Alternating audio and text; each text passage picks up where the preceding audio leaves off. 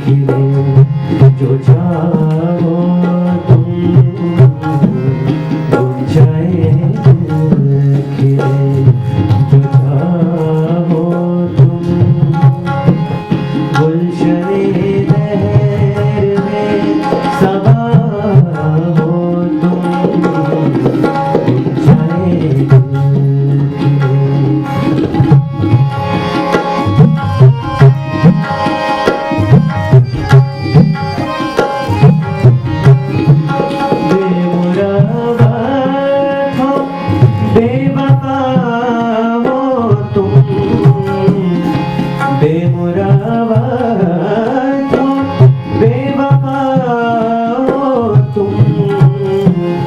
अपने मतलब के आशिना हो तुम, गुंजाए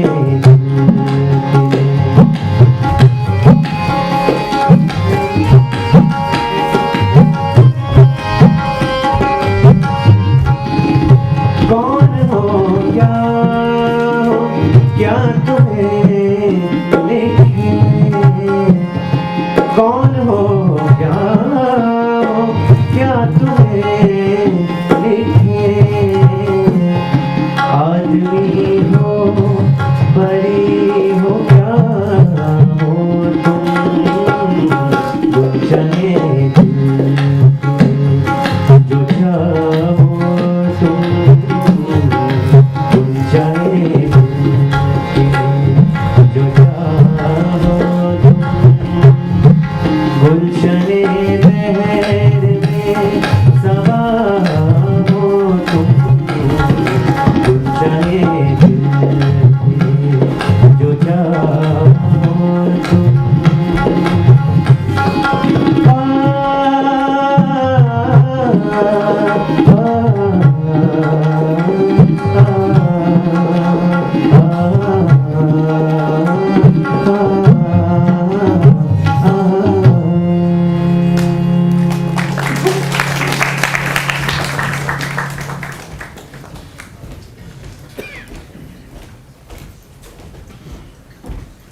सुना है अंग्रेज नवाब वाजिद अली से मिलने आए थे। क्या? हाँ, फिर तो आज साल बुरे हैं। बिन बुरा अंग्रेज और तूफान कुछ ना कुछ चौपट करके ही जाते हैं। मुझे तो लगता है इन अंग्रेज को फिर किसी लड़ाई में पैसों की जरूरत पड़ी है। हाँ, ये बात हो सकती है। और फिर अंग्रेजों का मुंह बंद करने के लिए खजाने का मुंह खोल दिया जाएगा। पता नहीं नवाब साहब इन अंग्रेज से इतना डरते क्यों हैं। अरे पंजाब, बर्मा, नागपुर, सतारा, झांसी सभी पर तो कब्जा कर लिया। अब अवध पे भी नजर गड़ाए हैं। नवाब साहब के नाच गानों के कारण ही उन पे इतना बनाई है। सही कह रहे हो भाई। अरे कम से कम इन अंग्रेज के खिलाफ जंग का ऐलान ही कर दे। कसम से एक एक अंग्रेज को चुन चुन कर मारूंगा। जंग लड़ना क्या मुर्गे लड़ाना समझा है? अरे हाँ, मुर्गे से याद आया, आज तो मुर्गे का मैच है। हाँ। चलो मुर्गे लड़ाते हैं। क्या मुर्गे लड़ाएंगे, आइए। शुक्रिया। शुरू हो जाए। बादब, बामुलाइजा, होशियार, खुदाबंद, नवाबों के नवाब, लखनऊ और अवध की शान, हजरत खालिद अबुल मंसूर, नासिर अदीन बादशाह, आदिल कैसर ज़मान आर्धा, सुल्तान आलम, मोहम्मद वाजिद अली शाह बहादुर तशरीफ ला रहे हैं। हो गया जी, चलिए। सिताबो सिताबो, अरे सिताबो सिताबो जल्दी बाहर आओ, सिताबो जल्दी जल्दी। मैं बोल रही हूँ, मैं बताती। नवाब वाजिद अली शाह आ रहे हैं। वो तो एलानिया की आवाज से ही मालूम पड़ गया था। वो तो ठीक फरमाया आपने, एलानिया ने ये थोड़ी ही बताया था कि नवाब साहब गमगीन है। हाँ गमगीन है, मैं मान ही नहीं सकती। वो तो किसी भी फिक्र से पार हो चुके हैं, वरना अंग्रेजों की इतनी नहीं बनाती। अल्लाह कसम इतने गमगीन है कि चेहरा उतरा हुआ है। सवारी से उतरते वक्त पायदान में पाँव उलझ गए, गोया कि गिरते गिरते बचे। हाँ गिरते गिरते बचे। और उसके आगे पता है क्या हुआ? तो भी बोल दे। नहीं बोल दे। चेहरे की रंगत एकदम सिफर थी और चेहरा यूं बना रखा था जैसे कोई मर गया हो। हाय ना, मर गई मैं तो। आज नवाब साहब 20-25 गजलें और ठुमरी सुने बगैर यहाँ से जाएंगे नहीं। तुम संगतकारों से कहो कि तैयारी करें। तू भी जा जा तैयारी कर। या अल्लाह, मर गई मैं तो। आइए हुजूर, हमारे नसीब जाग जाते हैं जब भी आप यहाँ तशरीफ लाते हैं और इस मकान की सूरत रोशन रहती। हाय हाय, क्या बात है उसमें? आज आप बड़े गमगीन दिख रहे हैं। मिजाज तो अच्छा है ना? अच्छा बताइए, कौन सी गजल पेशे खिदमत करूं या कोई कथक पेश करूं हुजूर? नहीं नहीं सिताबो, आज खुश होने का दिल नहीं चाह रहा, हमें गमगीन ही रहने दो। क्या हुआ हुजूर? क्या दुश्मनों की तबीयत खराब है? नहीं सिताबो, आज हमारी प्यारी मैना का इंतकाल हो गया। क्या चहचहाती थी, उसने भी तुम्हारी तरह ही गला पाया था। पता नहीं अचानक क्या हुआ, तेज खांसी उठी, शायद कुछ गाने की कोशिश कर रही थी कि जमीन पर लुढ़क गई। दिल का दौरा पड़ा होगा हुजूर। तुम दोनों चुप करो, जाओ अंदर आके अपना काम करो। और हाँ, अंदर जाके पान की गिलोरियां बना लेना। जाओ। ये तो बड़ा ही दर्दनाक हादसा हुआ हुजूर। इन्हीं हाथों से दफना करा रहे हैं सिताबो। ऐसा दर्द मंजर न कभी देखा और न कभी सुना है हुजूर। अच्छा, आपके दिल को बहलाने के लिए आपकी ही लिखी हुई कोई गजल सुना देती हूँ। हाँ, कोई दर्दी गजल सुना दो। और सिताबो जान, हमने तो कभी गमगीन गजल लिखी नहीं, वो तो सभी बड़ी खुशगवार। ठीक है ना हुजूर, भले ही खुशगवार है, हम अपनी आवाज गमगीन रखेंगे।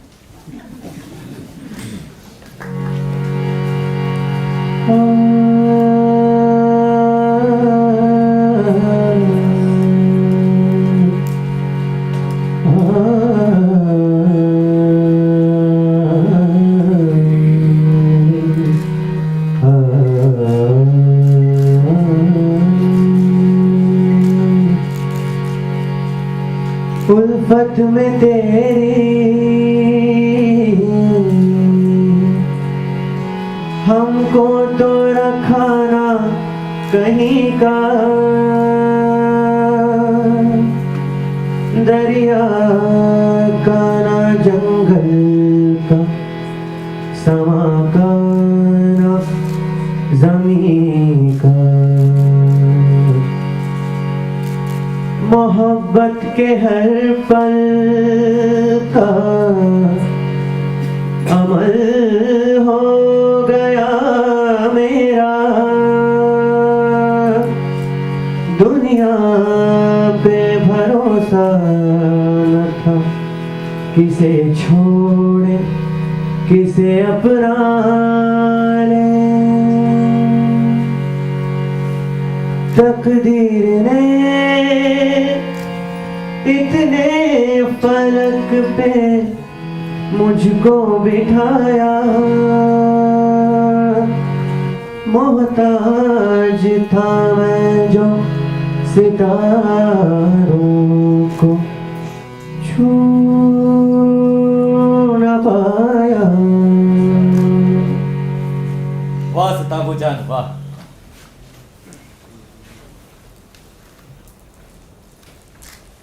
अब तो हम आपको खुश करके ही मानेंगे। एक और सुनिए।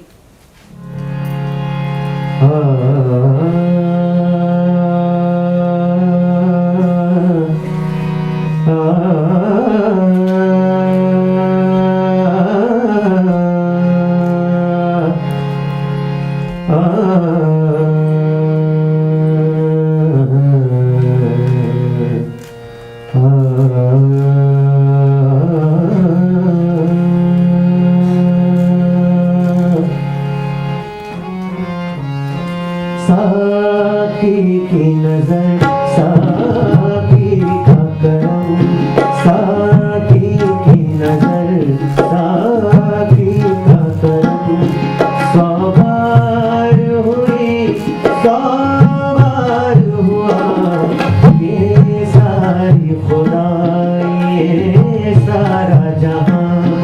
मैं ख्वार हुई, मैं ख्वार हुआ, साकी की नजर, साकी का करम।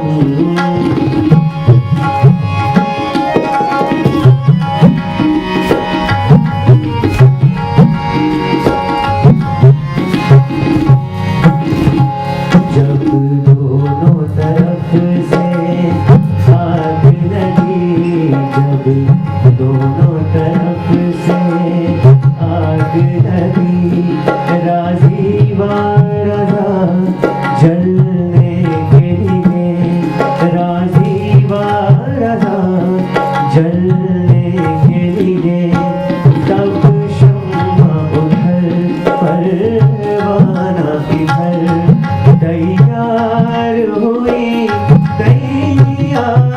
हुआ साकी की नजर साकी का करम सवार हुई सवार हुआ साकी की नजर साकी का करम।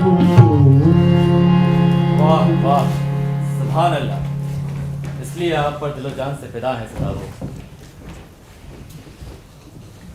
शुक्रिया हुजूर। हुजूर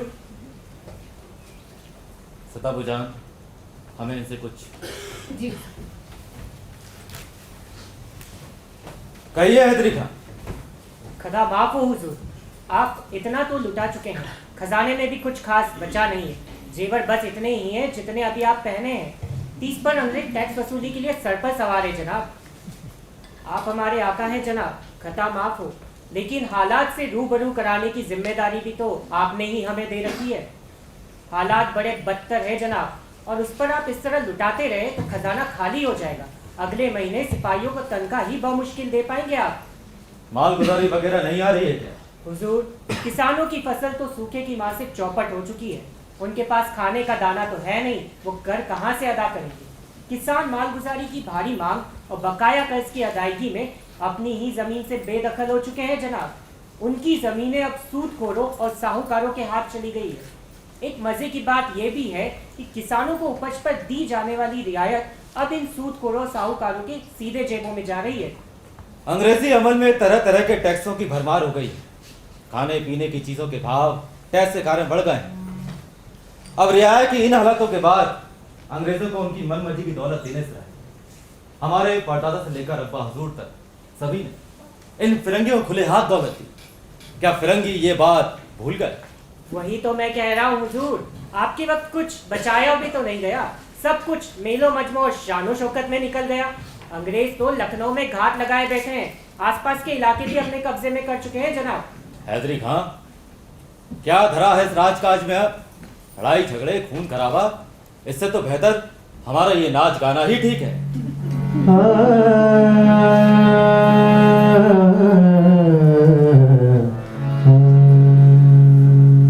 कथक नाच की हमने क्या खूबसूरत शैलियां इजाद की। तुमने शायद हमारी बेहतरीन ठुमरियां सुनी नहीं। सुनो कभी, तब आदमी दीन दुनिया से किस तरह बेखबर हो जाता है। हुजूर, खदा माफ हो, लेकिन फिरंगियों को तो दौलत चाहिए, दौलत। एक बार लखनऊ में कब्जा हो जाएगा तो दौलत सीधे उनके हाथों में आने लगेगी। तब फिरंगी ये नहीं देखेंगे कि कहाँ खाने का दाना है और कहाँ अकाल पड़ा है। फिरंगी तो हमारी चमड़ी बेचकर भी दौलत कमा लेंगे जनाब। या खुदा, इन अंग्रेजों का पेट क्या हमारी धन दौलत से ही बढ़ता है?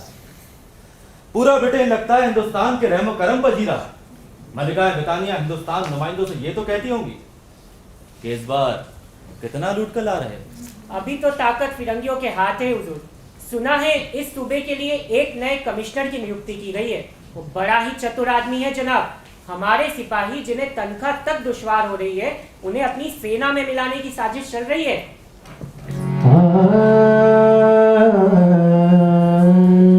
हुजूर, खता माफ हो, लेकिन फिरंगियों का मानना है कि आप तो नाच गानों में मशगूल रहते हैं। हुकूमत के असली तौर तरीकों को अंजाम नहीं देने से कर की उगाई नहीं कर पा रहे जनाब। फिरंगियों का कला साहित्य संस्कृति से कोई लेना देना नहीं है। उन्हें तो सिर्फ धन से मतलब है, जो कि कर के तौर पर मिलता है। अंग्रेजों की शातिर चालों से बचने का कोई टोटका हो सकता है क्या? इनसे शातिर कौम दुनिया में कोई नहीं है जनाब। बड़े बड़े समुंदर की थाह है, पर इन फिरंगियों के पेट की कोई थाह नहीं। तो फिर यह मुमकिन नहीं कि अंग्रेजों के फंदे से मेरी गर्दन बच सके। मेरा दिल तो इन अंग्रेजों का गुलाम नहीं जिस पर ये हुकूमत करे। हम भी इस पुरानी जमीन के बाशिंदे हैं। कहां तक करेंगे बेदखल? ये हिंदुस्तान तो उनका कभी नहीं होगा। ये हिंदुस्तान तो हमारा है ना, हम हिंदुस्तानियों का।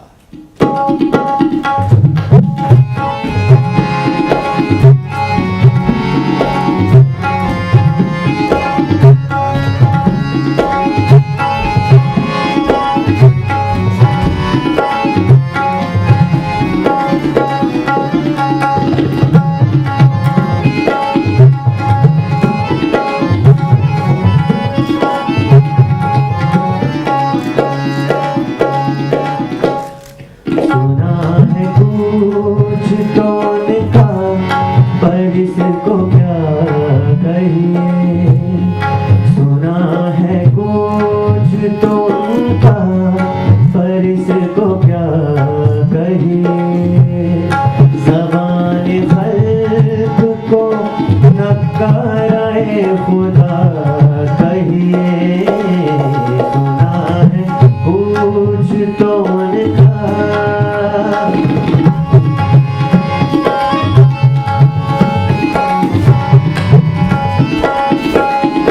मिसी लगा के सियाही से क्यों डराते हो, मिसी लगा के सियाही से क्यों डराते हो। अंधेरी रातों का हमसे तो माजरा कहिए, सुना है कुछ तो उनका।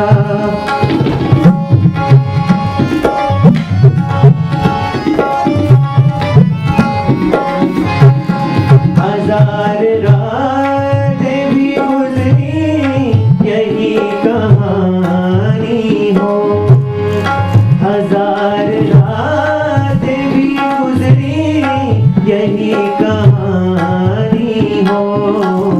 तमाम दीजिए इसको न कुछ सिवा कहिए।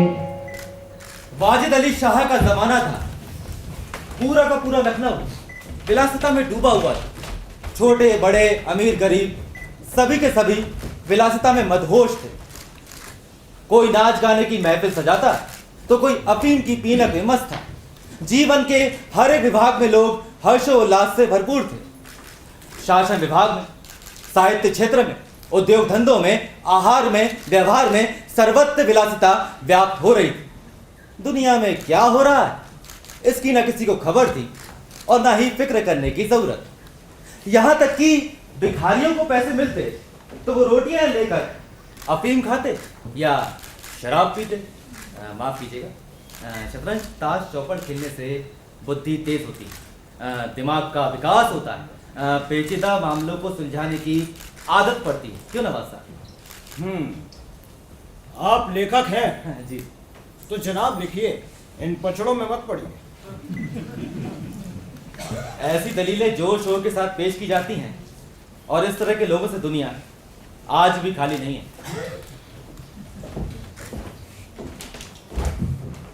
इसलिए अगर मिर्जा सज्जाद अली और मीर रोशन अली अपना ज्यादातर वक्त दिमाग तेज करने में लगाते तो किसी को आपत्ति क्या हो सकती थी। हाँ, किसी जमाने में उनके पास लूटी हुई बेहिसाब जागीरें थी, तब नौकरी ऐसी मेहनत कशी करने की कतई फिक्र ना थी। बस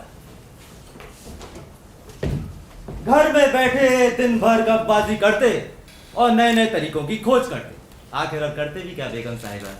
या खुदा, अब क्या कहूँ। सुबह सुबह दोनों नाश्ता करके बैठ जाते, अरे मोहरे सज जाते और लड़ाई के दाव पेच होने लगते। मैं तो तंग आ गई हूँ शतरंज से। हाँ। बेगम साहिबा, आप देखिए कितना सोच रहे हैं। हर्षा क्या है, इससे दिमाग तेज होता है। क्या खाक तेज होता है? अगर इतना ही दिमाग तेज होता तो फिरंगियों को यहाँ से चलता न करते। अरे एक तो रात दिन ये खटका लगा रहता है कहीं फिरंगी हमला न कर दे, ऊपर से ना मुराद खेल, ना रात का पता ना दिन का, एक दिन जान लेकर छोड़ेगा। हाँ, हो सकता है बेगम साहिबा कि मिर्जा साहब के घर में कोई बड़ा बूढ़ा नहीं। हाँ, वैसे मैं भी देख रहा हूँ इन साहबों को तो खबर ही नहीं कि कब सुबह हुई, कब दोपहर और कब शाम। लेकिन बेगम साहिबा, अफीम की लत तो नहीं, या फिर उस नचनिया के यहाँ मुजरा सुनने तो नहीं जा रहे। वाह वाह वाह, क्या बात कही है आपने तो। आप लेखक हो ना, तो दूसरों के घर में झांकने का क्या मतलब है? जाइए अपना काम कीजिए, जाइए। अच्छा सुनिए, आप ही ने लिखी नहीं कहानी? तो इसमें कुछ ऐसे पेच डालिए जिससे मेरा कुछ भला हो। अब जाइए यहाँ से। हामिद मियाँ, हामिद मियाँ। जी बेगम साहिबा, आया। आदाब। आदाब। प्रेमचंद जी, चलिए चलिए। हामिद मियाँ। जी बेगम साहिबा। खाना तैयार हुआ? जी बेगम साहिबा। तो मिर्जा साहब से कहो कि खाना तैयार है। जी बिल्कुल। जनाब। कौन है? अरे जनाब, दूसरों के घर का तमाशा देखेंगे क्या? हुजूर, बेगम साहिबा बुलाती, खाना तैयार। हुजूर, खाना तैयार है।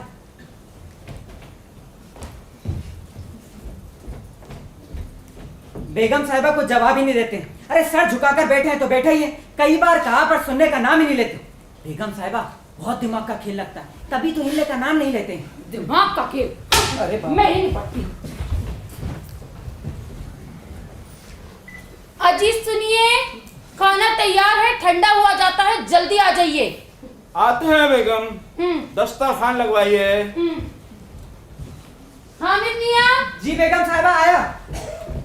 जी उठे कि नहीं? बैठे ही हैं। तौबा तौबा, बड़ा मनूस खेल है। जी बेगम साहिबा, यूं समझो कि घर को तबाह ही कर देता है। खुदा न करे दुश्मन भी इसकी चपेट में आए। अरे आदमी दीन दुनिया तो क्या, खुद के भी काम का नहीं रहता, ना घर का ना घाट का। लाहौर जिला को बहुत बुरा रोगे बे। हामिद हताश होकर खाना वहीं पर रख जाता, मगर ये बात ना थी कि दूसरे लोग भी उनकी हरकतों से खुश हो। घर वालों का तो कहना ही क्या, नौकर चाकर पीठ पीछे जाने कितनी ही बातें करते। अब खबर तो यहाँ तक है कि बेगम साहिबा को इस खेल से इतनी दुश्मनी है कि वो मौका ढूंढ ढूंढ कर पति को लताड़ती। पर मजाल है कि मिर्जा सज्जाद अली कानों में जू भी रंग जाए। बेगम साहिबा को वो मौका बड़ी मुश्किल से मिलता था। कभी कभी बेचारी ढेर सारे ख्वाब लेकर ख्वाबगाह में जाती, तब तक इनाम भरा शतरंज शुरू हो जाता, और जब थक हार कर सो जाती तब कहीं मिर्जा जी कमरे में आते। तब तक बेगम साहिबा का पारा चढ़ चुका होता, अपना सारा का सारा गुस्सा नौकरों पर उतारते। इधर मिर्जा सज्जाद अली किसी चाल में फंस गए थे और झुंझुला रहे थे। हामिद मियां, हामिद मियां। जी हुजूर। घोड़ा बचाइए। हुजूर। अब अगली चाल में मात पक्की। आप हमें बुलाए हैं हुजूर। जी हुजूर, ये तो खाली। हामिद मियां, पानदान खाली। जी हुजूर। इसमें पान की गिलोरियां कौन भरेगा? मैं हुजूर, लेकिन आप खाना खा लेते। खाना किसको खाना है? जी आपको। तो खा लेंगे। लीजिए मीर साहब, हमारा घोड़ा तो बच गया, आप अपना वजीर बचाइए। हामिद मियां। जी हुजूर। वक्त क्या होगा? मात हुई जाती है तो वक्त याद आ रहा है। ओ हुजूर, हम क्या कह रहे थे?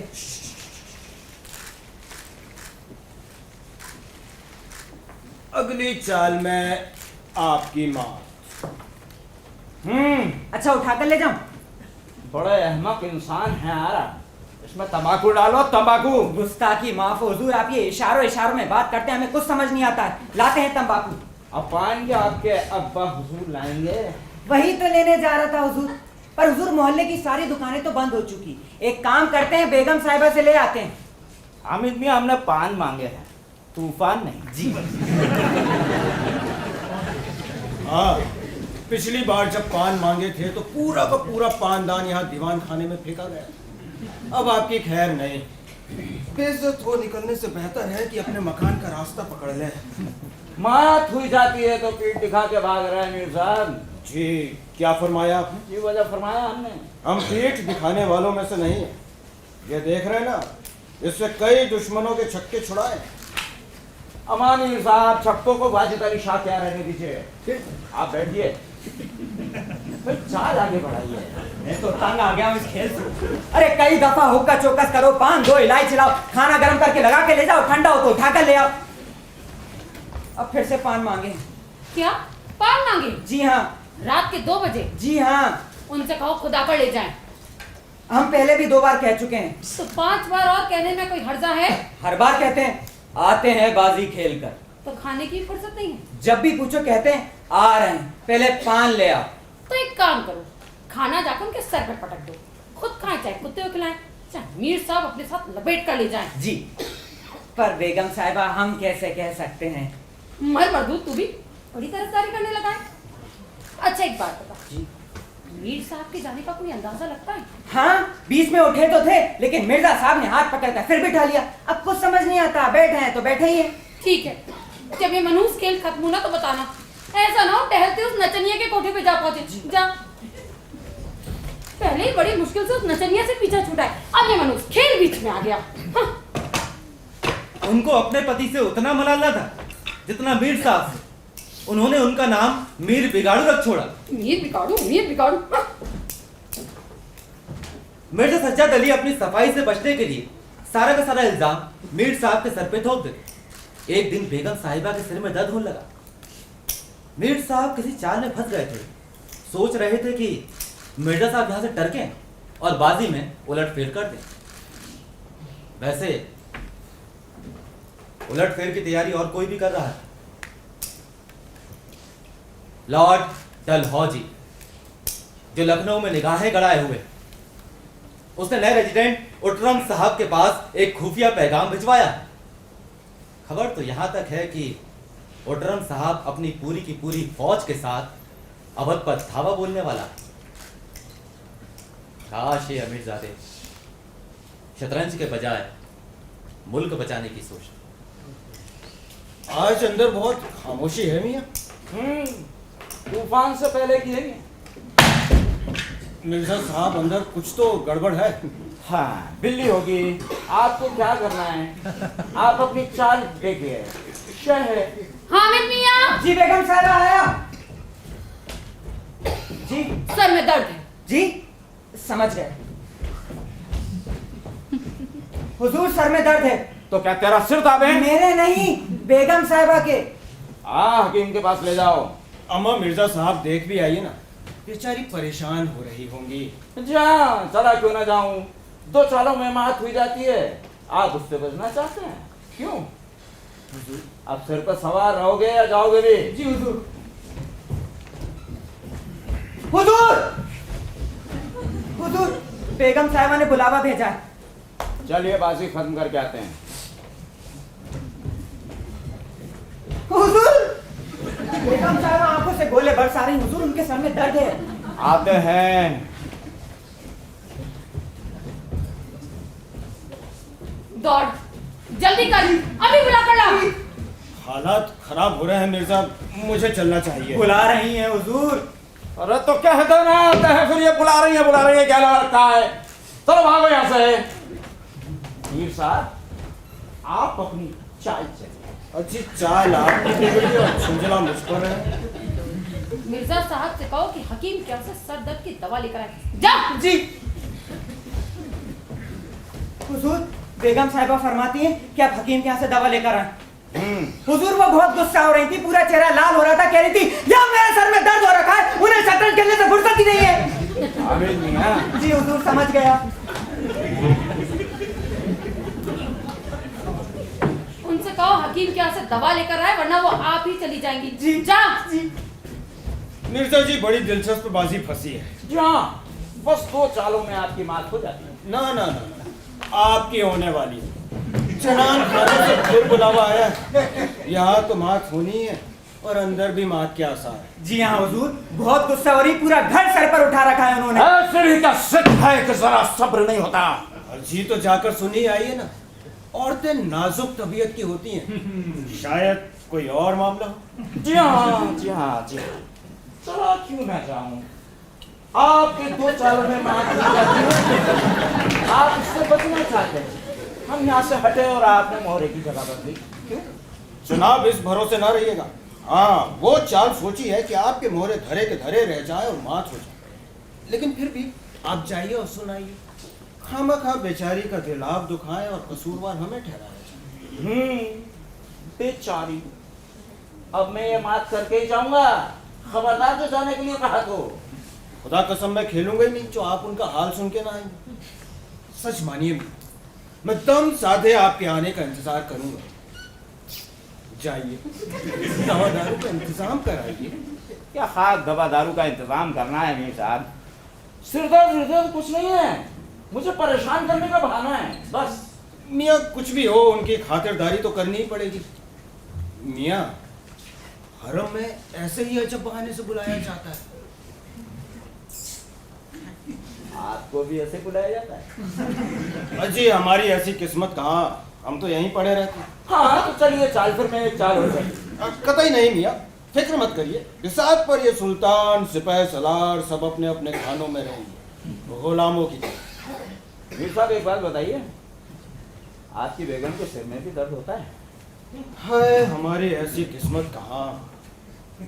उन्हें तो एक अरसे से सरदर्द ही नहीं हुआ। एक जमाना था जनाब, जब कभी हम दोस्तों के साथ गप्पाजी में अटके होते, तब अक्सर उनके सिर में दर्द होता और हमें बीच महफिल से उठकर उनकी खातिरदारी के लिए जाना पड़ता था। हाय क्या दिन थे वो भी। मिर्जा साहब, मुझे इस सिर दर्द का मतलब अच्छी तरह से मालूम। छोड़िए छोड़िए, आप अपने किस्से को छोड़िए। आप मुझे उकसाना चाहते हैं, हम यहाँ से उठें और आप मोहरे की जगह बदलें। मीर साहब, मैं ये बात करके ही जाऊंगा, बेगम तो घर की हैं, जाएंगी कहाँ? हरगिज नहीं, जब तक आप सुनना आएंगे मैं मोहरे को हाथ ना लगाऊंगा। अफ़,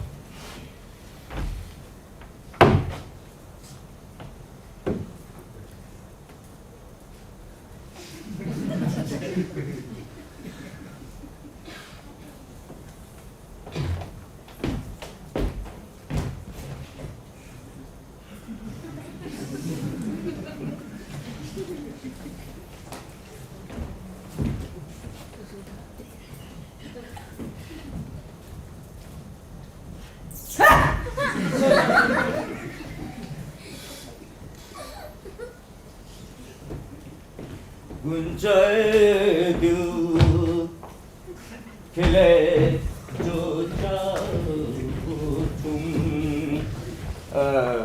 बेगम, सुना है आपकी तबीयत कुछ नासाज है। तुम्हें निगोड़ी शतरंज जितनी प्यारी है, चाहे कोई मर ही जाए पर उठने का नाम नहीं लेते।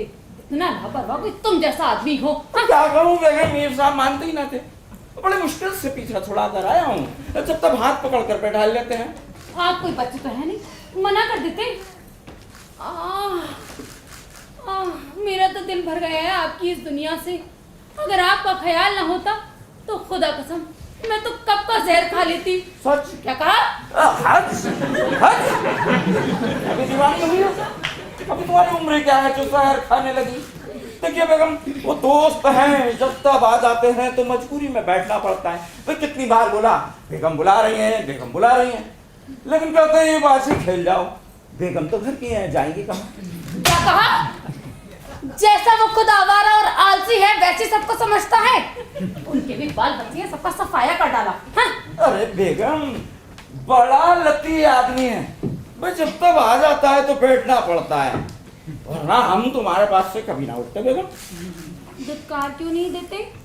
आप कहे तो उनके पीछे कुत्ते छोड़ दूं? ऐसा कदर न करना बेगम, भाई वो बराबरी के आदमी हैं, उम्र में दर्जे में कोई 2-4 उंगल छोटे होंगे, इज्जत तो करना पड़ती है। तो मैं ही दुत्कार देती हूँ, बुरा मान जाए तो मान जाए मेरी बला से। कौन किसकी रोटियां चला देता है?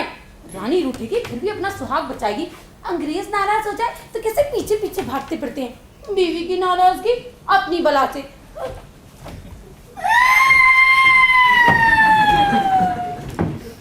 मैं तो दिन भर घर में कौआ हकनी की तरह बैठी रहती हूँ। आपको कोई ख्याल है या नहीं? बेगम बेगम सुनिए सुनिए बेगम, क्या कर रही हैं आप? तो इतना गजब ना करिए, बाहर मीर साहब बैठे, बस सुन लेंगे। अच्छा देखिए, हम तो पूरी तरह से तुम्हारे हैं। अच्छा, शादी करो। अब शादी क्या करना है? क्या करना है बताइए, क्या क्या क्या सब बताइए। उधर देखो, अरे उधर ऊपर, अरे वहां आसमान में देखो ना। आज देखो आसमान चौधरी के चांद से कैसा रोशन है, समा कितना सुहाना लग रहा है ना। वहां शतरंज की बाजी फंसी है, चांद की पड़ी। क्या कहा? बड़ी है मोहब्बत, हमारी बड़ी है। हमने आपको एक मोहब्बत की पहुंची भेजी थी, पहुंची आप तक पहुंची? जो पहुंची आपने भेजी थी ना, वो पहुंची मुझ तक पहुंची, लेकिन वो पहुंची कि पहुंचे तक नहीं पहुंची। अरे नहाने में यूं पहुंची कि हाथ से उतार के रखी पहुंची। इतने में कोई कमबख्त पहुंची, उठा के ले गई पहुंची। ना वो पहुंचे तुम तक पहुंची, ना वो हम तक पहुंची। इतने में तुम्हारी निगोड़ी है शतरंज बीच में आ पहुंची। शतरंज शतरंज, बेगम शतरंज से याद आया, बाहर मीर साहब बैठे हैं, शतरंज की बाजी लगी है, राजा फौज के सामने खड़ा है। बेगम, यहाँ खुद की रानी हलकान हुई जा रही है, उससे शतरंज की फिक्र सता रही है इन्हें। सुनिए तो, अभी हम मीर बिलाल को यहाँ से चलता ना किया ना, तो मेरा नाम भी सुल्ताना नहीं। बेगम। हामिद मियां। नहीं बेगम। हामिद मियां। बेगम साहब आया। जाते हैं हकीम क्या? सीधे सीधे जाते हैं या नहीं? हम भी कह रहे थे। हामिद मियां जी, बाहर से जाके जरा शतरंज तो खिलाना और मीर साहब से भी कह देना कि मियाँ अब न खेलेंगे, आप तशरीफ ले जाइए। अरे बेगम ऐसा गजब ना करना, क्या उसे बेइज्जत करना चाहती हूँ? ए हमें ठहरो। जाने क्यों नहीं देते? मेरा ही खून क्यों जो से रोका तो? अच्छा उसे रोका, अब मुझे रोको तो जानू। अरे शतरंज के चक्कर में यहाँ पड़े रहते, उनको तो ये तक नहीं मालूम कि उनकी बेगम कहाँ और किस किस से लगी रहती। किससे? कहाँ? हमें तो कुछ मालूम ही नहीं। और नहीं तो क्या, अरे उनकी बेगम के सारा लखनऊ जानता है। नामुराद शतरंज से पीछा छूटे तो पता चले ना कि दुनिया में क्या चल रहा है। ठहर हामिद, मैं ही देखती हूँ। खुदा के लिए बेगम, तुम्हें हजरत हुसैन की कसम। अजी मिर्जा साहब कहाँ रह गए? अब तो मैं मीर बिगाड़ू को देख ही लेती पड़ी। मेरी आस पर से होकर जाना होगा बेगम। बेगम मान जाइए ना, खुदा कसम उन्हें नहीं बुलाएंगे। मानिए तो सुनिए, रुकिए। अरे बेगम सुनिए आप। देखिए हुजूर बेगम साहिबा आ रही है। लेकिन बेगम ने एक ना माने। मीर साहब ने 2-1 मोहरे इधर उधर कर दिए और अपनी सफाई से बचने के लिए बाहर टहल रहे। तब तक बेगम साहिबा दीवान खाने के दरवाजे पर जा पहुंची। भीतर जागा, किस्मत से कमरा खाली था। फिर क्या था, सारी की सारी बाजी उलट दी। कुछ मोहरे तख्त के नीचे फेंक दिए और कुछ बाहर, और जिस रफ्तार से आई थी उसी रफ्तार से वापस भी हो गई। मीर साहब दरवाजे पर थे ही, कुछ मोहरे बाहर आते देखे, चूड़ी हुई खनक भी काटने पड़ी। बड़ाम से दरवाजा बंद हुआ तो समझ गए कि बेगम साहिबा बिगड़ गई हैं, तो चुपके से अपने घर की तरफ बढ़ ली। बेगम आपने गजब कर दिया। ना ना, अभी उतना गजब नहीं किया, लेकिन अब की बार मीर बिगाड़ियां दिखाई दिए ना तो खड़े खड़े निकलवा दूंगी। इतनी लौ खुदा से लगाते तो वली हो जाते। हाँ? आप तो दिन भर शतरंज खेले और मैं चूल्हे चौके में अपना सिर खपाऊं। जाते हो हकीम के यहाँ या अभी भी कोई हर्जा है? नहीं। क्या कहा? कोई हर्जा नहीं है, जाते हैं।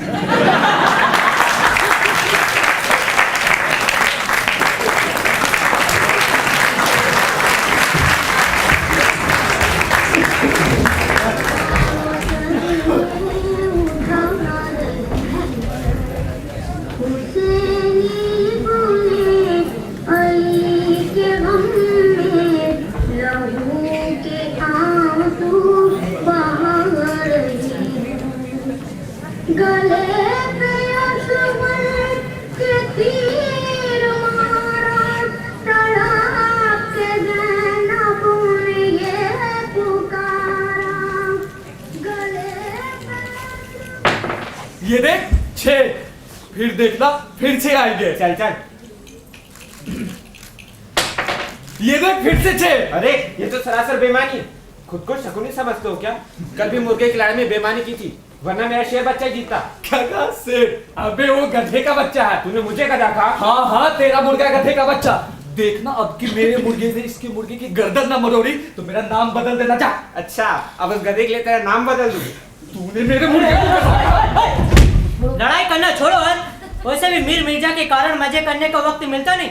शतरंज ने पूरा खेल चौपट करके रखा है। सही कहा यार, अब तक दिन भर पड़े पड़े मक्खियां मारा करते थे। घर में कोई आए कोई जाए, उनसे कोई मतलब ना कर। अब तो 8 पहर की इनकी धौस हो गई, जब चाहे तब बुला ले। अरे कभी पान लाओ कभी मिठाई लाओ, भैया किसी ना किसी का मोता ही रहता है। और हुक्का तो किसी प्रेमी के दिल की तरह लगातार जलते रहता है, जब तक जाकर हुक्का भरते रहो। दिमाग खराब करके रखा है जनाब। मियाँ की शतरंज तो हमारे जी का जंजाल हो गई। दिन भर दौड़ते दौड़ते पैर में छाले पड़ गए। और क्या?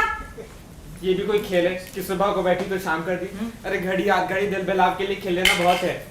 खैर हमें कोई शिकायत नहीं, हुजूर के गुलाम है, जो हुक्म होगा वो तो बजा ही लेंगे। लेकिन एक बात है, ये खेल बहुत मनहूस है। इसको खेलने वाला कभी पनपता नहीं। अरे भैया घर में कोई ना कोई आफत जरूर आ जाती है। भाई यहाँ तक कि एक के पीछे एक मोहल्ले तबाह होते देखे गए।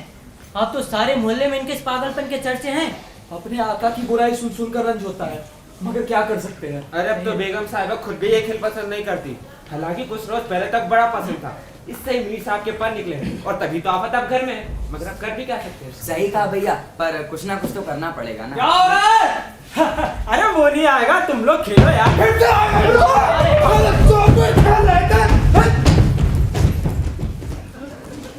आइए।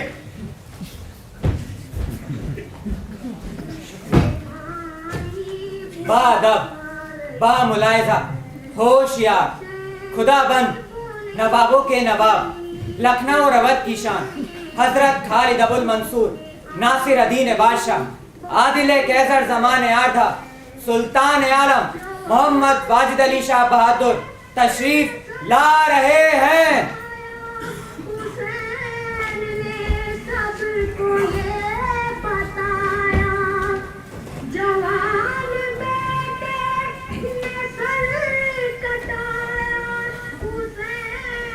आइए।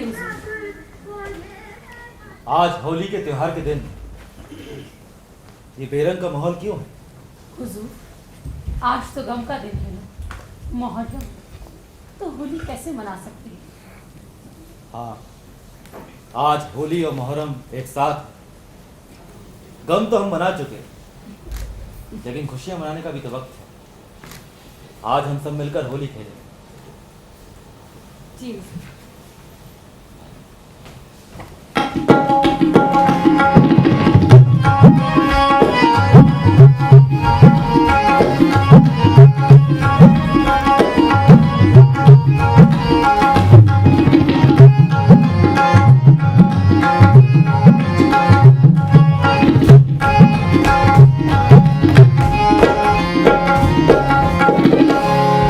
शामों से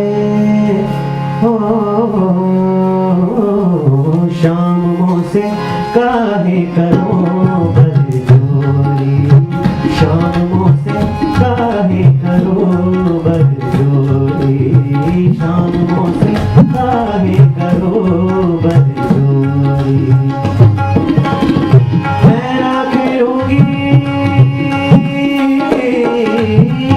मैं राखूंगी तो संग होली, मैं ना खेलूंगी तो संग होली, शामों से काहे करो बरजोरी, शामों से काहे करो बरजोरी।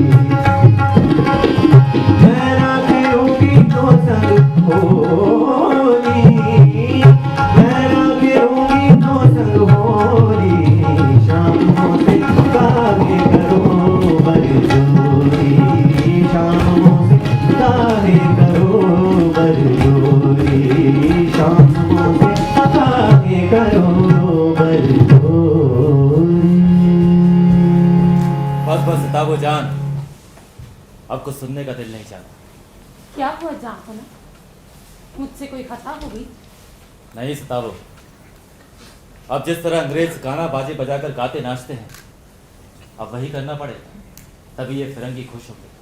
तो क्या अंग्रेजों का गीत गाऊं? ये खत आया, हम पर नाच गाने में लिप्त रहने का इल्जाम लगा है। ये काम तो वो भी करती है। ओह, तो अब हमें अंग्रेजों की तरह का नाच गाना करना पड़ेगा। हरगिज नहीं, हम अपनी परंपराओं को किसी भी वजह से नहीं छोड़ेंगे। हुजूर, जो अंग्रेजों का दुश्मन है वो हारता है, इसलिए उनसे दुश्मनी ना मोल लें। फिर भी इस नाचीज की जाए इस मुल्क के लिए हरदम निसार है। हुजूर, अगर हम आपको फिरंगियों से मुकाबला करने की सलाह दें तो? बादशाह के घर पैदा होकर तख्त ताज का मालिक होकर भी इन अंग्रेजों को गुलाम रहा।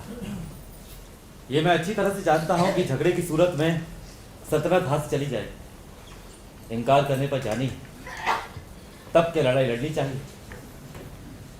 ऐसा लगता है इनके पीछे पूरी ब्रितानी सरकार की ताकत, उससे तो वही बादशाह मेरे आय का भला नहीं कर सकता, तो उसकी तकलीफों में इजाफा क्यों करें? ये गुलामी मेरे परदादा के वक्त से है, मैं भी मौज मस्ती में रहा।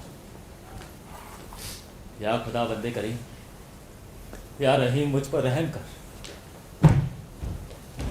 पर ये तेरा, हम इस एहतनामे पर दस्तखत नहीं करेंगे।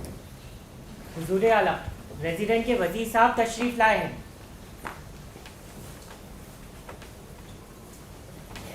हैदरी खान, आप एक बेहतरीन इंसान और आज़ाद।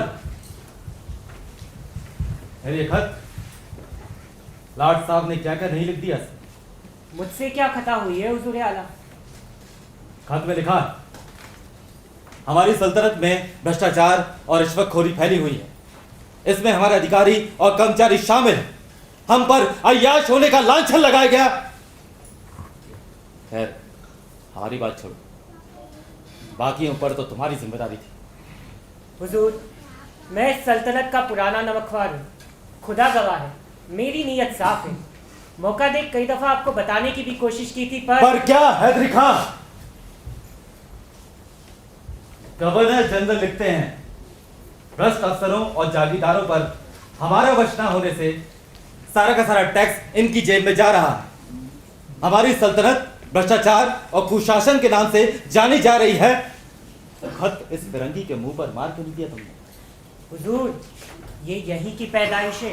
हिंदुस्तानी बखूबी जानता है जनाब, इसीलिए लाट साहब ने बिचौलिया बनाकर भेजा है।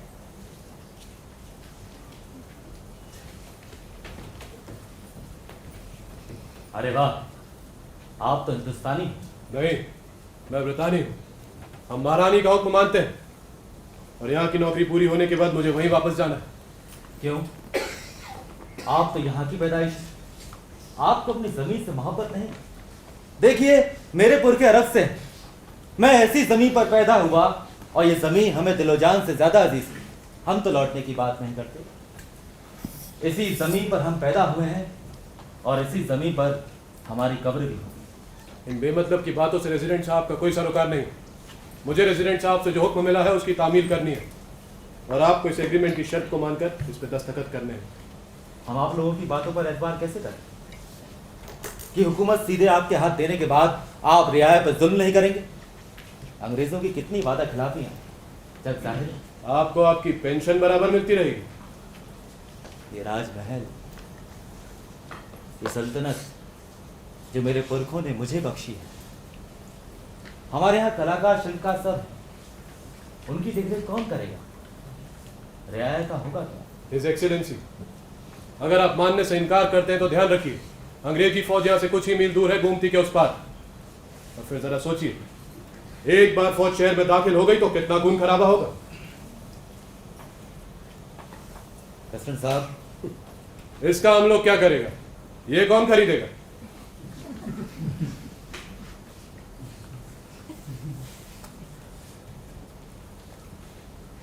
मौत जिंदगी खुदा के हाथ में। वक्त की किसी को खबर नहीं। हम आपसे इंतजार कर रहे हैं कि लाट साहब से आप हमारी सिफारिश करें। देखिए, हमारे पुरखे हमेशा से कंपनी सरकार की वफादार रही।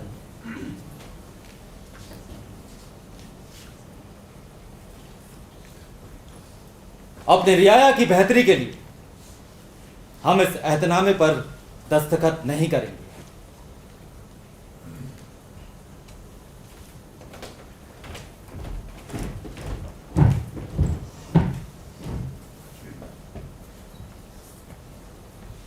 दरो दीवार पे हसरत से नजर करते हैं, खुश रहो अहले वतन, हम तो सफर करते हैं।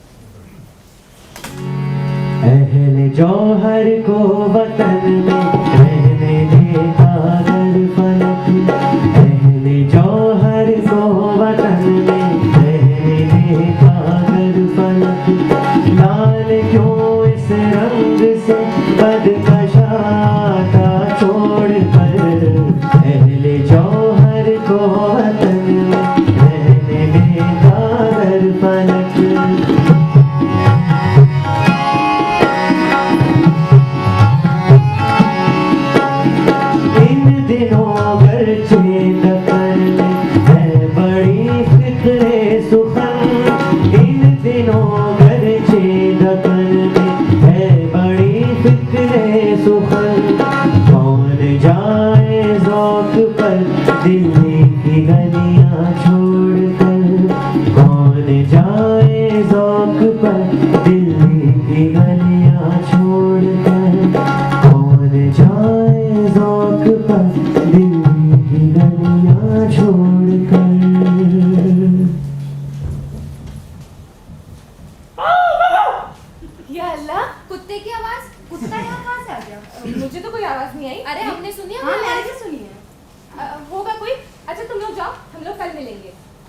अभी वो तो नहीं आ गया? जाओ भी। हाँ हाँ जाते हैं, फिर आते भी हैं। या अल्लाह, मिर्जा घर से निकले तो हकीम के यहाँ ना जाकर मीर साहब के घर जा पहुंचे और सारा किस्सा कह सुनाया। मीर साहब की बेगम साहिबा किसी अज्ञात कारण कांटा लगा। काटा लगा। हाँ तो मैं कह रहा था, मीर साहब की बेगम साहिबा किसी अज्ञात कारण से मीर साहब से घर से दूर रहना उपयुक्त समझती थी, इसलिए वो उनके शतरंज प्रेम की कभी आलोचना ना करती, बल्कि जब देर हो जाती तो याद दिला देती। मीर साहब को ये भ्रम हो गया था कि मेरी स्त्री अत्यंत विनयशील और गंभीर है। आइए बेटा साहब, आइए आइए आइए।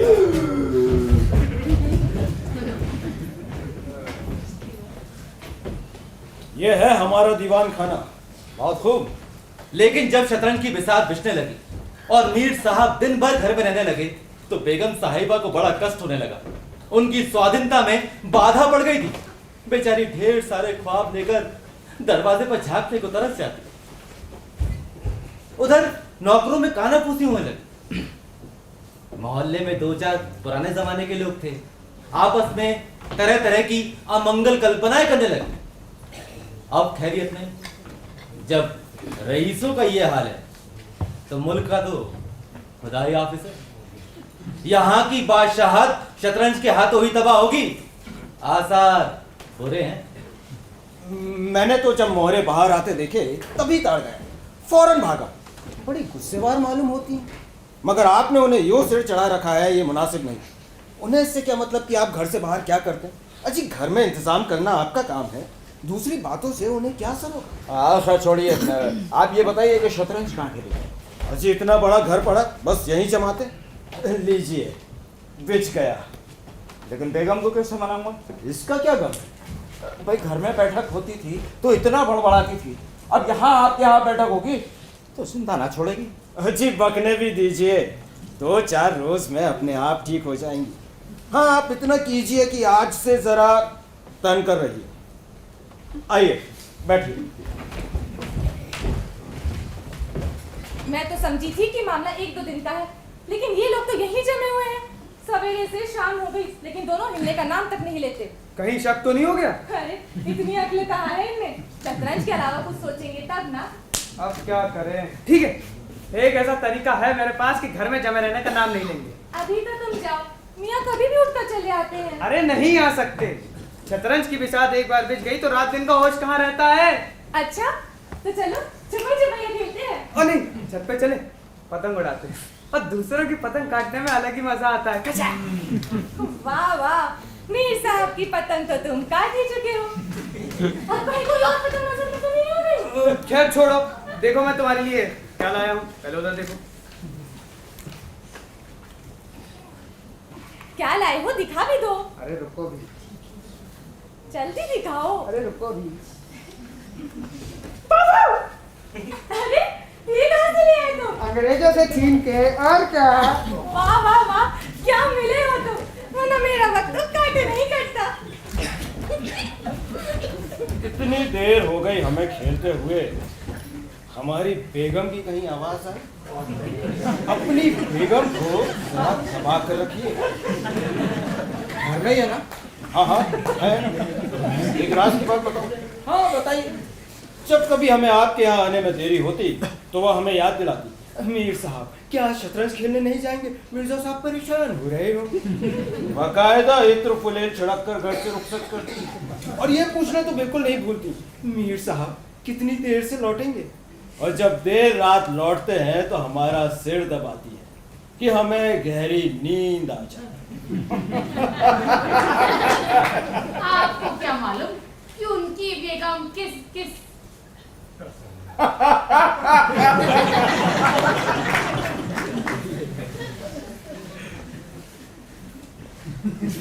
कसम हम सच कह रहे हैं।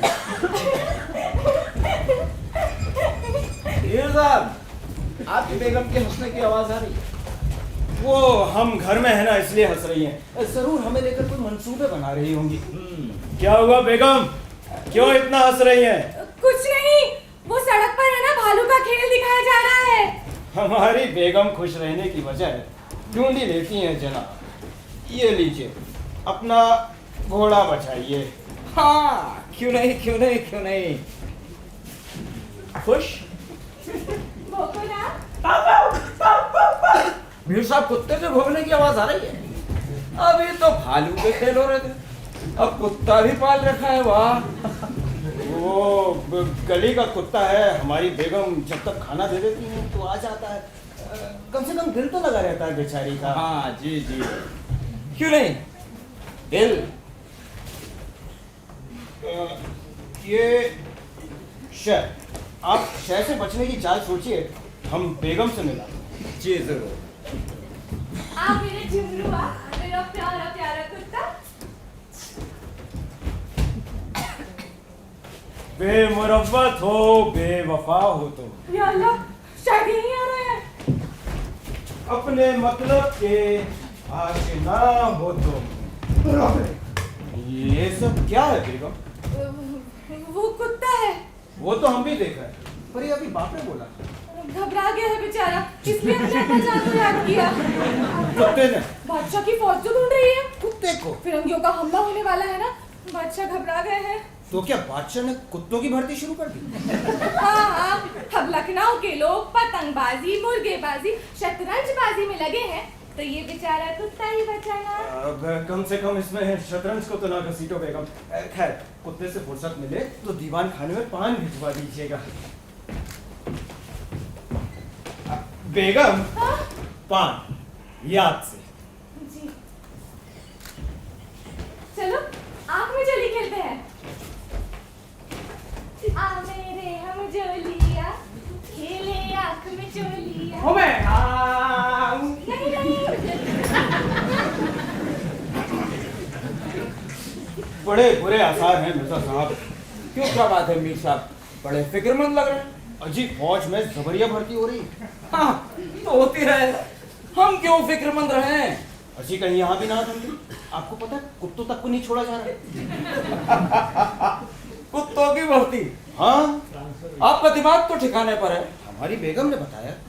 आपकी बेगम से आप सिर में रोगन बादाम तेल की मालिश करवा लीजिए। खुदा कसम, हम सच कह रहे हैं। आपकी बेगम ने आपको चरका दिया मीर साहब, तो सुनिए, फिर से उनके हंसने की आवाज आ रही है। बात तो सही है, मैं यूं गया मिर्जा साहब, वो यूं आया। जी। हो मैं नहीं नहीं। मैं आजा।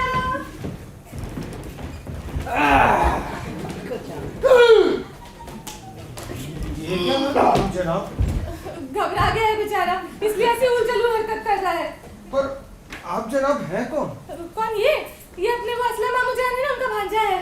हमें तो याद नहीं आता कि हमारे कोई असलम मामू जान है ना, आपके नहीं, मेरे मायके के वो मुंह बोले निकाही अब्बू जान है ना, उनके दूर के दोस्त के मामू जान का मुंह बोला दूर का भांजा है। ये दूर के भांजे हमारे ख्वाबगाह में क्या कर रहे हैं? घबरा गया है बेचारा। वो तो हम भी देख रहे हैं। वो क्या है ना कि अब मैं आपको क्या बताऊं। वो क्या है ना मामूजान, बादशाह की फौज पीछे पड़ी है, लोगों की जबरिया भर्ती हो रही है, जबरिया। तो कुत्ता बने घूमोगे, और भी जगह है छुपने की। वो क्या है ना मामूजान, मैं घबरा गया था। और फिर कुत्ते को कौन पकड़ता? मीर साहब कहाँ रह गए? अजी आते हैं। सुनिए साहब जाते, अब तक तो बादशाह की फौज निकल चुकी होगी। आप एक काम करिए, दीवान खाने के पीछे के रास्ते से निकल जाइए। आइए मेरे साथ।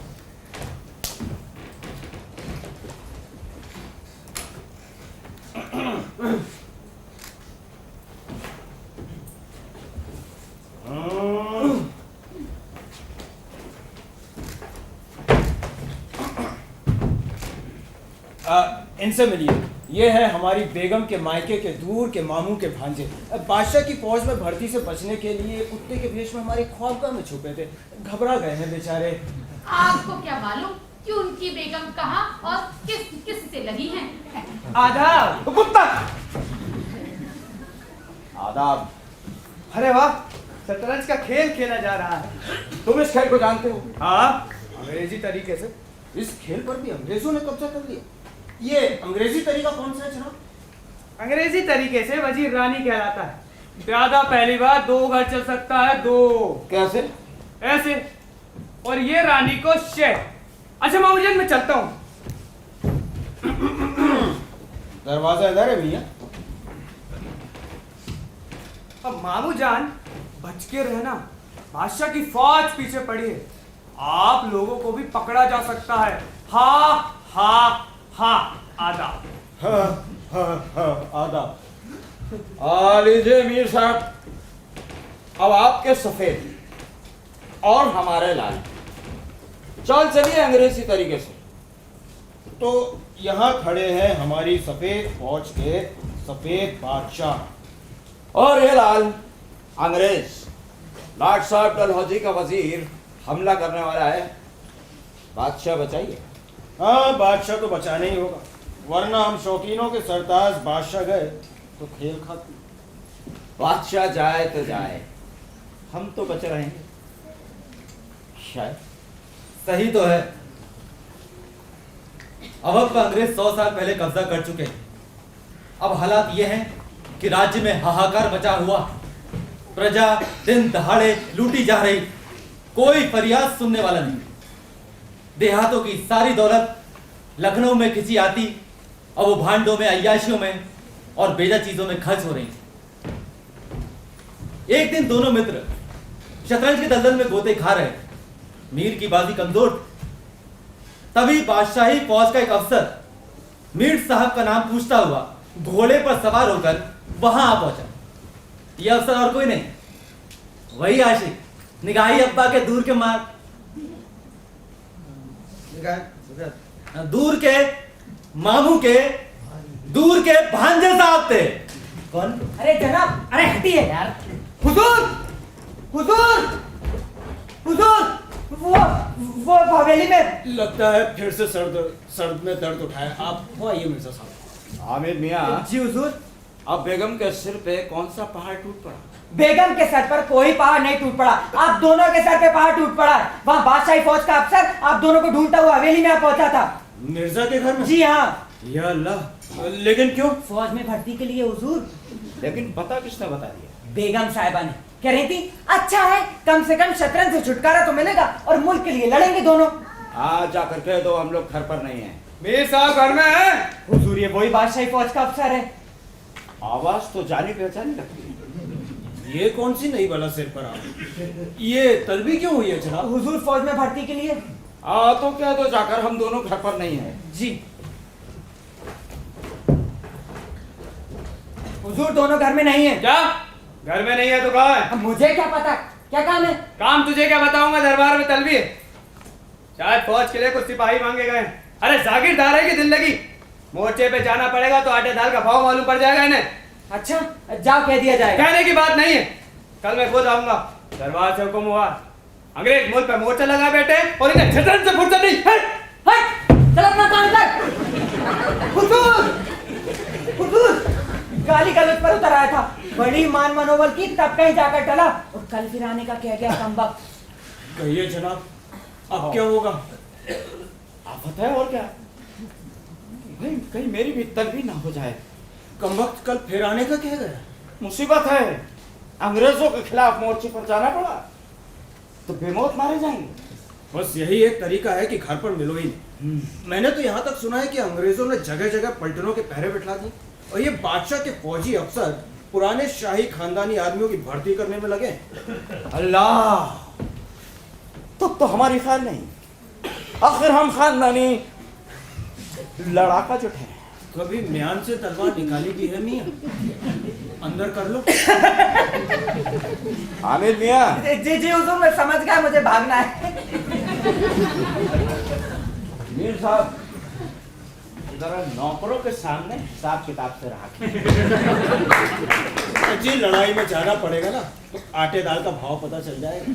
ज्यादा बहादुरी ठीक नहीं। एक काम करते हैं, कल से गोमती के किनारे पुरानी मस्जिद में मामला जमाते हैं, और वहां किसे खबर होगी, हजरत आकर आप लौट जाएंगे। वल्लाह वल्लाह वल्लाह, क्या तरकीब सूझी है। इसके अलावा और कोई रास्ता भी नहीं था। तुमने भी क्या खूब बेवकूफ बनाया इन लोगों को। ऐसे काम दियो चुटकियों में नचाता हूँ, चुटकियों में। अरे इनकी सारी अक्ल और हिम्मत तो शतरंज ने चल ली, अब भूल कभी कभी घर पे नहीं रहेंगे। यहाँ बेगम साहिबा। क्या जी? जरा पोटली में चना, चबेना, हुक्का, तलवार वगैरह वगैरह बनवा दीजिए। क्यों, आप कहीं बाहर जा रहे हैं? जी हाँ, हम शहर के बाहर जा रहे हैं। वाह वाह, क्यों नहीं क्यों नहीं। मेरा मतलब है कि आप घर में रहते ही कितना है। आपके होने से कम ये घर भरा भरा तो लगता है। खुदा किसी का अकेला न अरे हाय, क्यों रुला रही हैं बेगम? कसम से अब आपका दुख देखा नहीं जा रहा। तो ठीक है, तो रुक जाते हैं। क्या होगा, ज्यादा से ज्यादा फिरंगियों से लड़ते लड़ते जान ही तो जाएगी ना। अरे अरे अरे, ऐसा कसम न करना। मेरा मतलब है कि कुछ दिन के लिए घूम फिर कर आ जाना, तब तक ये मामला भी टल जाएगा। हमारी किसी न किसी मांग में आपकी नाक में दम रहता और हमें की बैठक में ही जमे रहते। अरे हाय, बस एक बार फिरंगियों वाला मामला टल जाए तो सब पूरी कर देंगे। मीर साहब कहाँ रह गए? अजी आते हैं। अरे बिल्कुल बचने की आवाज आ रही है, जल्दी से छिप जाओ। इतना चिल्ला क्यों रही है बेगम? हमें तो सुनाई नहीं आई। या अल्लाह, हमने सुनी थी। नहीं बेगम, सुनाई नहीं आई। अच्छा तो रुक जाइए ना। मीर साहब, क्या फौज के आने का इंतजार है? अजी आते हैं। रुक जाइए ना। बेगम साहिबा, बाहर मिर्जा साहब इंतजार कर रहे हैं।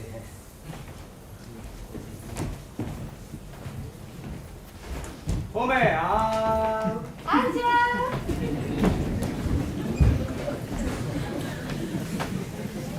देखा कितनी ज़हीन है हमारी बेगम, हमें छोड़ ही नहीं रही थी।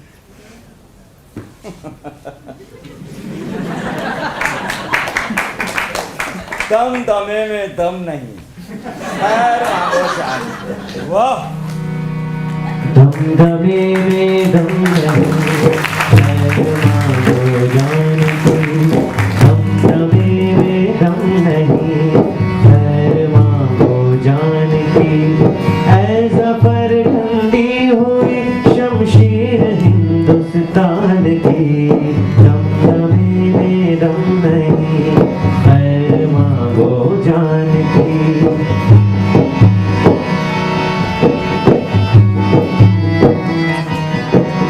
गाजियों में बू रहेगी जब तलक ईमान की, गाजियों में बू रहेगी जब तलक ईमान की। तब तो लंदन तक चलेगी एक हिंदुस्तान की। एक दिन दोनों मित्र मुंह अंधेरे घर से निकल खड़े होते। हामिद भी उनके पीछे पीछे, हाथ में दरी, हुक्का, डिब्बे में पानी की लोरियां भरे, गोमती नदी के उस पार पुरानी मस्जिद में जा पहुंचते। रास्ते में चिलम मदरिया ले लेते और दरी बिछा हुक्का भरकर शतरंज खेलने बैठ जाते। फिर इन दोनों को दुनिया की जरा भी फिक्र न रहता। देश में राजनीतिक दशा भयंकर होती जा रही, चारों तरफ हाहाकार मचा हुआ, लोग अपने बच्चों को लेकर देहातों में भाग रहे थे। लेकिन दोनों नवाबों को इसकी जरा भी फिक्र न रही। एक दिन दोनों मित्र खंडर में बैठे शतरंज खेल रहे थे। मीर की बाजी कमजोर थी, मिर्जा साहब उन्हें मात पर मात दिए जा रहे। हुजूर, हुजूर, टीले के उस पार से फरंगियों की पलटन आती दिखाई दी है। शायद लखनऊ पे कब्जा जमाने आई। हुजूर, अंग्रेजी फौजें आ रही। खुदा खैर करे मिर्जा साहब। आने दीजिए, ये शह है, शह बचिए। तो खाना भी है, कोई 5000 आदमी होंगे। कैसे कैसे जवान है, सबके लाल बंदरों जैसे मुंह। जरा देखना चाहिए, यहीं आड़ में खड़े हो जाए। मिर्जा देख लीजिएगा, इतनी जल्दी क्या है? बस शह है, शह बचिए। सब लाल लाल कपड़ों में, सबके लाल बंदरों जैसे मुंह है हुजूर। उनकी तो सूरत देखकर ही खौफ मालूम होता है। बहाने नहीं, बहाने मत कीजिए मीर साहब, ये चरखा किसी और को दीजिए। शह है, शह बचिए। हुजूर, लखनऊ को चारों ओर से घेरते जा रहे हैं, लोग यहाँ वहां भाग रहे हैं हुजूर। अब मात पक्की समझो। आप भी अजीब किस्म के आदमी, यहाँ पूरा शहर आफत से घिरा और आपको शह देने की सोचिए। हुजूर, हुजूर, फ्रंकी बादशाही माल असबाब, हरबे हथियार सब कुछ लूट कर लिए जा रहे हैं। हामिद मियां, जी हुजूर। माल असबाब किसका लूटा गया? बादशाह का। हरबे हथियार किसके लूटे गए? बादशाह के। तो आपके पेट में क्यों दर्द है? अजी उस पर क्यों पिघल रहे हैं? कुछ इसकी भी खबर है कि यदि पूरा शहर घिर गया तो घर कैसे चलेंगे? जब घर जाने का वक्त आएगा तब देखा जाएगा। आप बैठिए और चाय चलिए। हुजूर, फ्रंकी फौज आगे बढ़ गई है, अब दिखाई नहीं दे रही। फौज निकल गई? मिर्जा साहब, इस बाजी को रहने देते हैं, एक नई बाजी हो जाए। मीर साहब, हमारे खुद की अपनी जागीरें हैं, हम कभी किसी के नौकर नहीं हुए। मान लीजिए अगर अंग्रेजों की चाकरी करना पड़ी तो? अजी अंग्रेजों को सिर्फ माल गुजारी से मतलब है, वो हम रियाया से वसूल कर पहुंचा देंगे। हाँ, बादशाह को तो बेवकूफ बना दिया करते थे, लेकिन ये अंग्रेज इतनी आसानी से कायदे में नहीं आए। हाँ तो ठीक है मीर साहब, अब ये बताइए कि आज खाने का इंतजाम कैसे हो? अजी आज तो रोजा रख लीजिए, क्या आपको ज्यादा भूख मालूम होती है, जबकि पूरा का पूरा शहर फिरंगियों से घिरा हुआ है। नहीं, अब भूख नहीं। पता नहीं शहर के क्या हाल होंगे। अब भूख क्या, तो सुख चैन भी हराम है।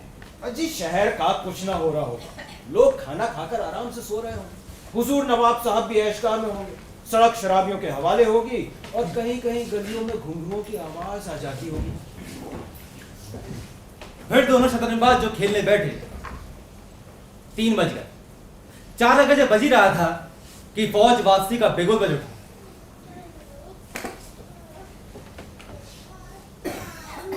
यह आवाज बहुत दूर होती जा रही है।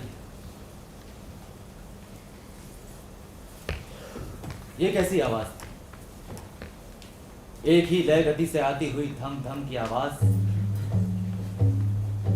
यह आवाज किसी फौज को जीतकर कूच करने वाली ढोल की आवाज। वाजिद अली शाह पकड़ लिए गए हैं, सेना उन्हें अनजान जगह लिए जा रही है। कोई भी बाशिंदा जू चपड़ ना करे, घर रजाई ओढ़कर सोया करे, वरना वो भी नवाब साहब के साथ चलने को तैयार रहे।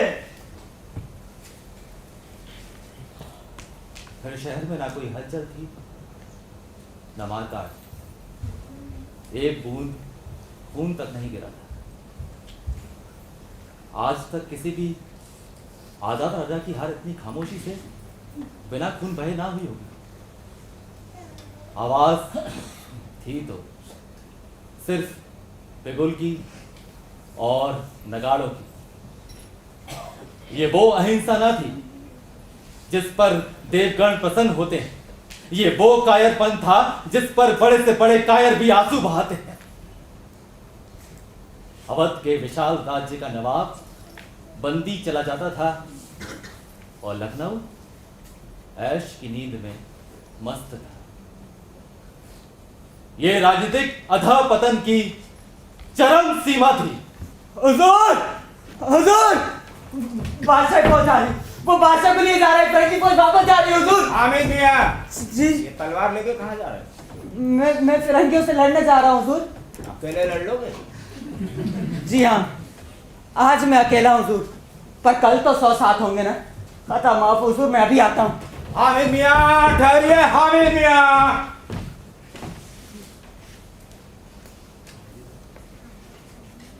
मीर साहब ये ढोल की आवाज सुन रहे हैं आप?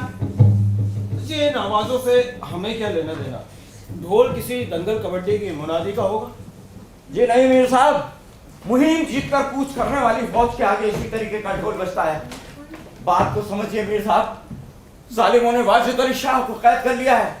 होगा, ये लीजिए शहद। नहीं, इस वक्त तबीयत नहीं लगती। बेचारे वाजिद अली शाह खून के आंसू रोते होंगे। रोया ही चाहे, ये ऐश वहां कहाँ नसीब होंगे। आप तो चाल चलिए जनाब।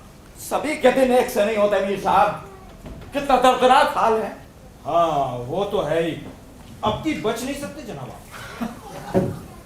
हाय बेचारे वाजिद अली शाह। अजीब, पहले अपने नवाब को तो बचाइए, फिर नवाब साहब की सोचिएगा। ये आपको शहर तो है ही है और मात भी है। लाइए हाथ, आइए। अब नवाब साहब के मातम में एक मर्सिया और कह रहा है। बादशाह को लिए हुए सेना सामने से निकल गई।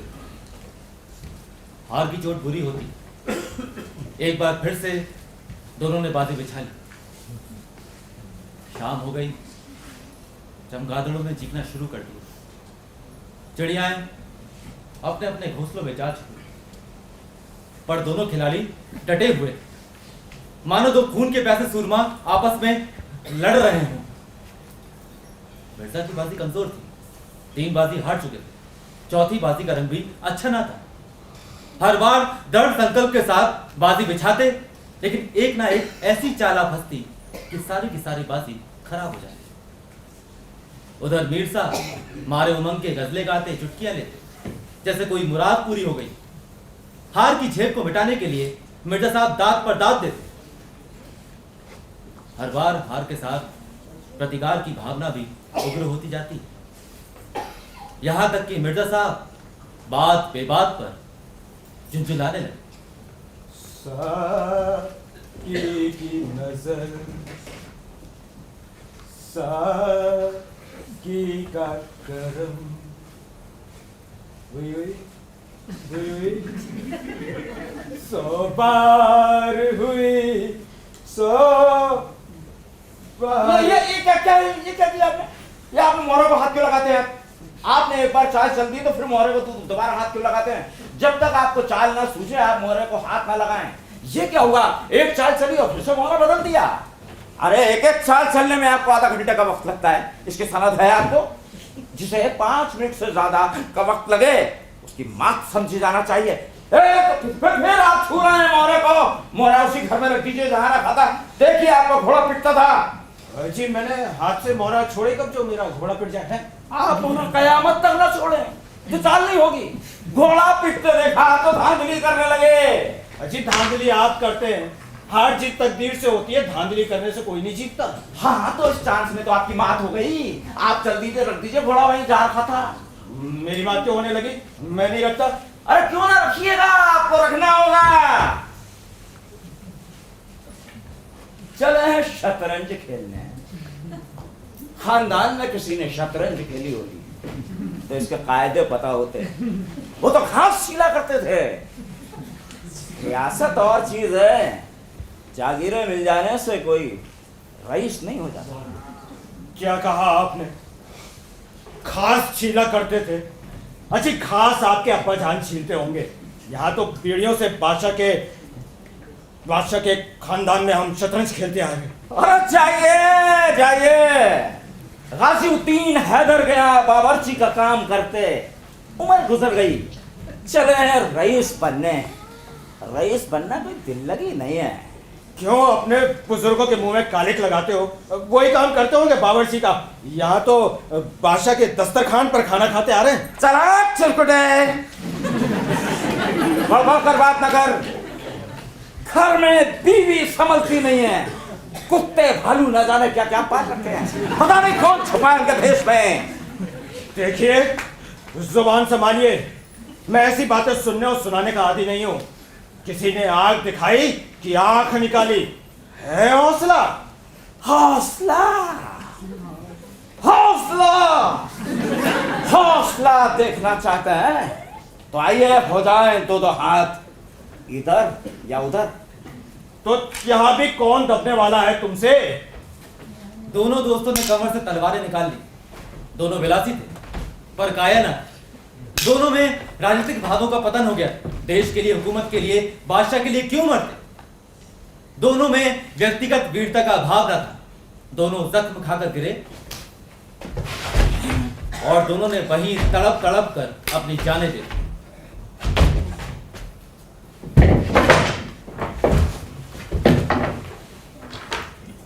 अपने गुलाम मुल्क और बादशाह के लिए जिनकी आंखों से एक बूंद आंसू न निकला, उन्हीं दोनों ने शतरंज के वजीर की हिफाजत में अपनी जिंदगी कुर्बान कर दी। अंधेरा हो चला, बाजी बिछी रह गई। दोनों बादशाह अपने अपने सिंहासन में बैठे इन दोनों बहादुरों की मौत पर आंसू बहा रहे थे। चारों तरफ सन्नाटा छाया था। खंडर की टूटी हुई मेहराबें, गिरी हुई दीवारें और धूल धुसरित मीनारें इन लाशों को देखती और सिर धुनती।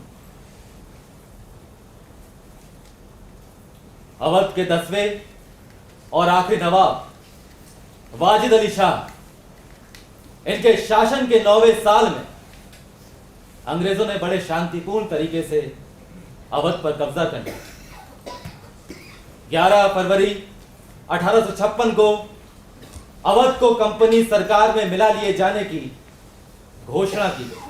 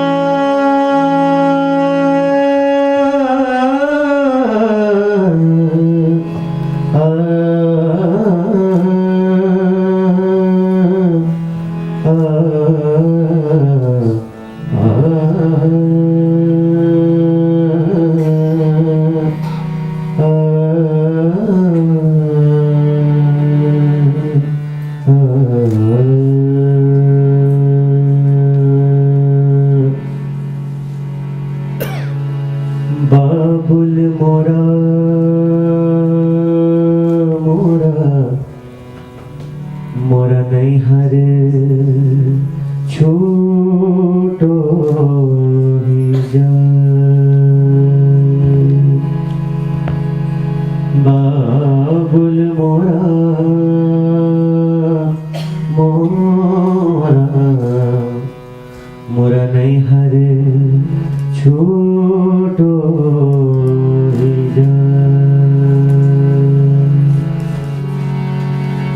चार कहार में मोरी डोलिया उठा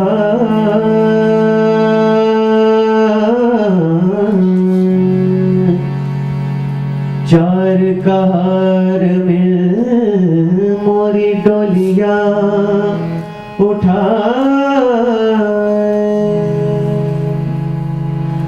मोरा अपना बेगाना छोटो ही जा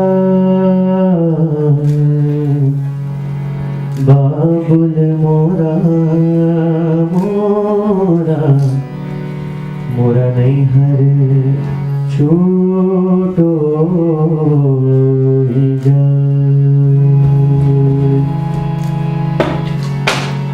आंगना तो पर्वत भयो देहरी भई विदेश आंगना तो पर्वत भयो देहरी भई विदेश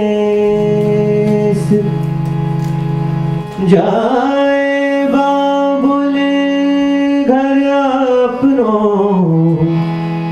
मैं चली पिया के दे है बाबुल मोरा मोरा मोरा नहीं हरे छोटो ही जा शेर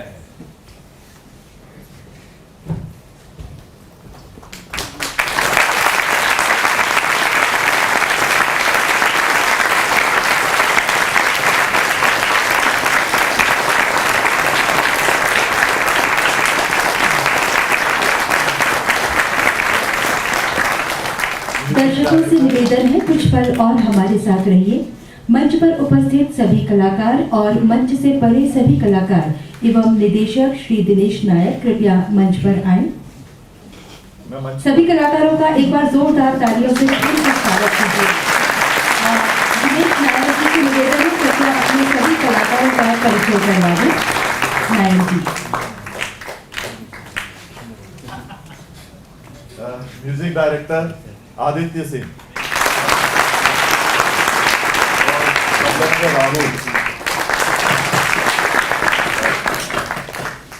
Kathak dance director Hema ji, yes yes हाँ आइए प्लीज।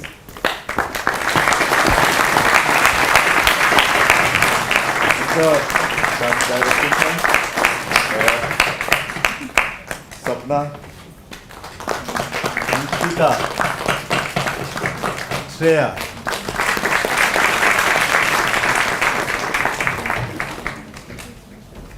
हम लोग थे आयुष, अभिषेक, स्पर्श, अभिषेक, रजत, मोहित, हर्ष,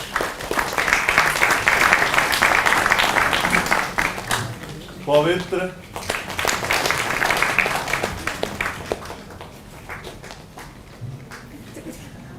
अनुलेख, अधीशा नायक, दीपक, तुम्हारा नाम? हाँ दीपक, दीपक,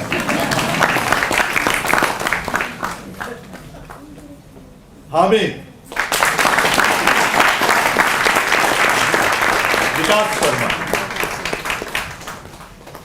आयुषी गारवे, प्रेरणा मिश्रा,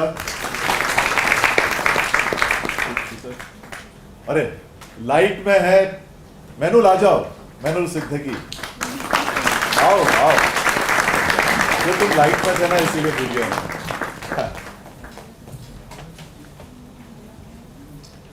प्रिया उदेनिया,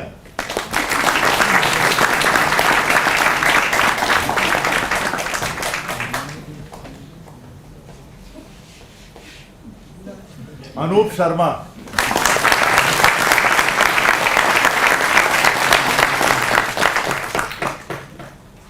स्कंद मिश्रा,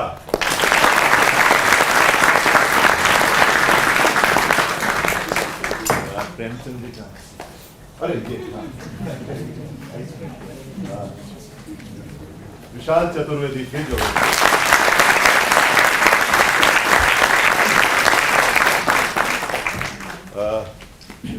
मैं भारत भवन के स्टाफ और भारत भवन को धन्यवाद देता हूं कि उन्होंने ये नाटक हमें यहाँ करने का मौका दिया, और थैंक्स टू ऑल ऑडियंस। अंग्रेज से ही नहीं था।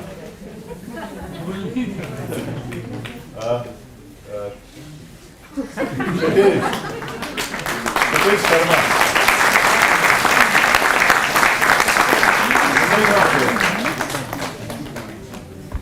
भूलना ही चाहते हैं हम अंग्रेजों को। Thank you very much again. Rangmandal Bharat Bhavan का आयोजन विशेष नाट्य प्रस्तुति रंग माध्यम नाट्य संस्था भोपाल के कला